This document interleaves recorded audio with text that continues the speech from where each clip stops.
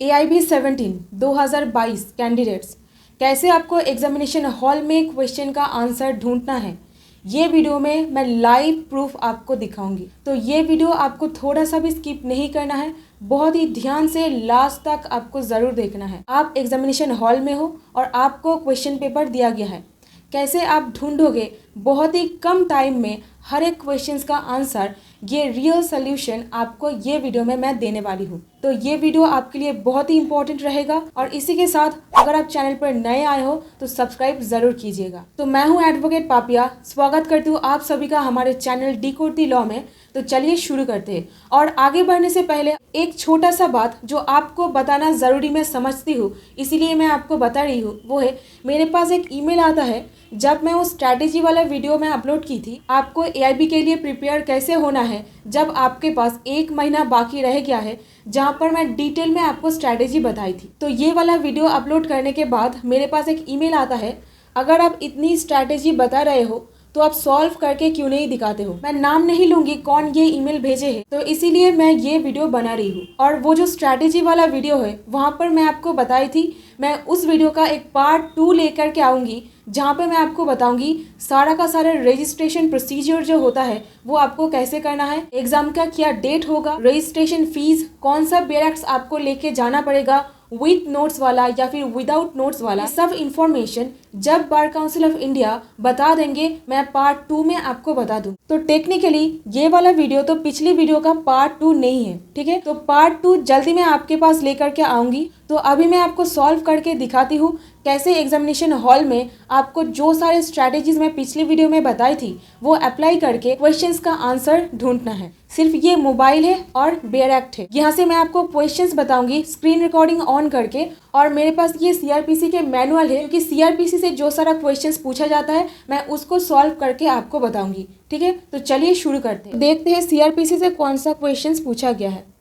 तो question number 1 तो नहीं है, 1 2 3 यहाँ पर तो नहीं पूछा गया है। यस, यहाँ पर क्वेश्चन नंबर जो 12 है, यहाँ पर पूछा गया है which of the following cases can be cured under section 465 of the code of criminal procedure 1973। मतलब सेक्शन 465 में कौन सा जो ऑप्शन यहाँ पर दिया गया है उसी में से एक केस क्योर किया जा सकता है। तो सबसे पहले मुझे यहाँ पर देखना पड़ेगा सेक्शन 465 में लिखा क्या गया है। तो चलिए बेयरएक्ट देख लेते हैं। इसका हेडिंग है finding or sentence when reversible by reason of error, omission or irregularity. तो पहला ऑप्शन जो दिया गया है वो है entertaining of complaint without complying with section 195 and 340 of CRPC। यहाँ पर 195 एंड 340 का तो कोई जिक्र नहीं किया गया है, तो ये ऑप्शन तो नहीं होगा। और दूसरा ऑप्शन देखते हैं जो बताया गया है the reading and recording of the evidence taken in one case into another companion case. तो ये ऑप्शन मैं साइड में रखती हूँ क्योंकि ये हो सकता है। और अभी एक बार ऑप्शन C देख लेते हैं, जहाँ पर बताया गया है the examination of witness in absence of accused. नहीं, ये ऑप्शन तो नहीं होगा, क्योंकि examination of witness in the absence of accused इसका कोई अलग प्रोविजन है, ठीक है। तो ऑप्शन C का कोई सेक्शन 465 से कनेक्शन अभी नहीं दिखाई दे रहा है। और ऑप्शन D बोला गया है non compliance with section 235 clause 2। नहीं, ये भी नहीं होगा। तो यहाँ पर जो ऑप्शन B बताया गया है ये सेक्शन से मिल रहा है, तो यही इसका करेक्ट आंसर होगा, ठीक है। तो आई होप आपको समझ में आया है मैं कैसे इसका आंसर ढूंढी, ठीक है। चलिए अब आगे बढ़ते हैं। तो नेक्स्ट क्वेश्चन जो CRPC से पूछा गया है 26, नहीं ये तो CPC से है। नेक्स्ट पेज में देख लेती हूँ। ये पेज में तो CRPC से कोई भी क्वेश्चन नहीं है। नेक्स्ट पेज में देखती हूँ 41 40 43 44। यस, 44 में एक CRPC से पूछा गया है the bond under section 109 CRPC as security for good behaviour from suspected person can be executed for a period not exceeding 6 months, 2 years, 1 year और 3 months। तो अभी देख लेते हैं बेयरएक्ट में सेक्शन 109 पर क्या बोला गया है। 109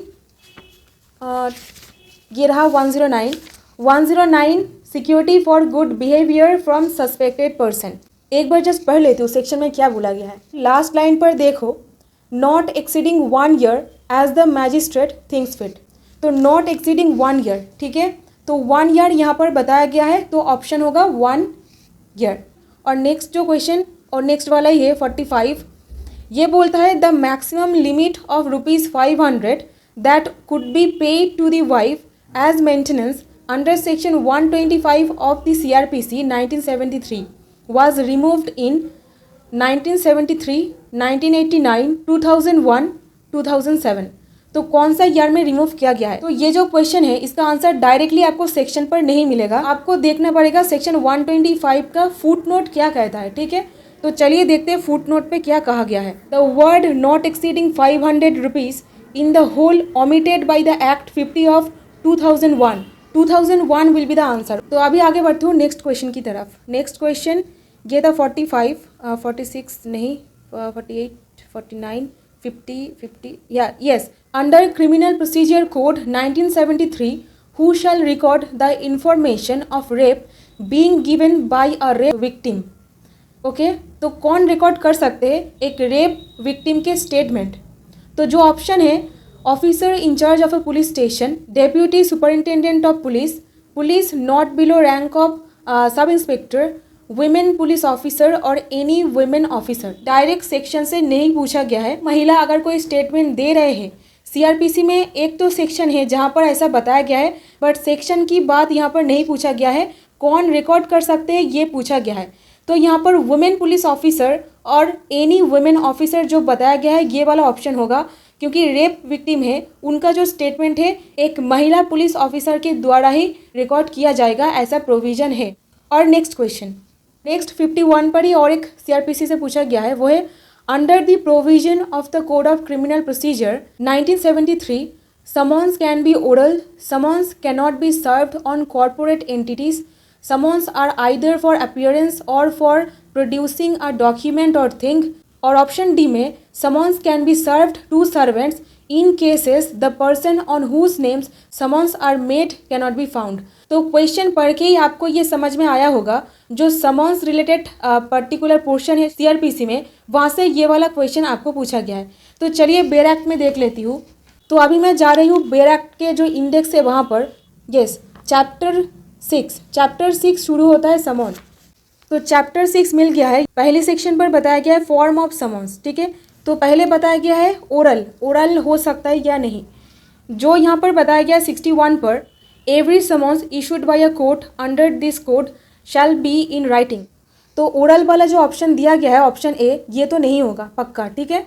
और दूसरा ऑप्शन पर कॉर्पोरेट एंटिटीज़ के ऊपर सेक्शन 63 में आप देखिए समन सर्व किया जा सकता है कॉर्पोरेट बॉडीज और सोसाइटी को, तो ये वाला ऑप्शन भी नहीं होगा, ओके। और third option summons either for appearance or for producing of document, ये तो होता है, मतलब आपको समन करके कोर्ट बुला सकते हैं जब भी कोई मतलब केस रिलेटेड आपका हाजिरा मांगेंगे, आपको अपीयर होना पड़ेगा।